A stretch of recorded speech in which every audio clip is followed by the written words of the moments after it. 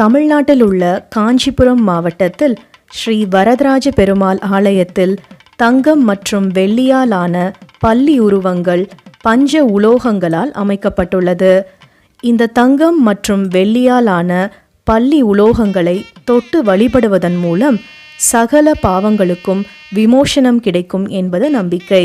ஒருமுறை காஞ்சி மகா பெரியவர் வரதராஜ பெருமாள் கோயிலுக்கு விஜயம் செய்தார். பெருமாளை தரிசித்து விட்டு திரும்புகையில் கோயிலின் 2வது பிரகாரத்தில் வைத்து அவரது உச்சந்தலை மேல் பல்லி ஒன்று விழுந்தது. பின்னால் வந்த அவரது சீடர்களில் ஒருவர் அதை தட்டிவிட்டார். உடனே அங்குள்ள ஊர் பிரமுகர்கள், சுவாமி, உச்சந்தலையில் பல்லி விழுந்தால் மரணம் என்று பல்லி சாஸ்திரம் கூறுகிறதே, இதற்கு பரிகாரம் ஏதும் செய்யக்கூடாதா? தாங்கள் நலமாக இருக்க வேண்டுமே என்று பயந்து கேட்டனர். உடனே காஞ்சி பெரியவர் இவ்வாறு கூறினார்: காஞ்சிபுரம் ஸ்ரீ வரதராஜ பெருமாள் கோயில்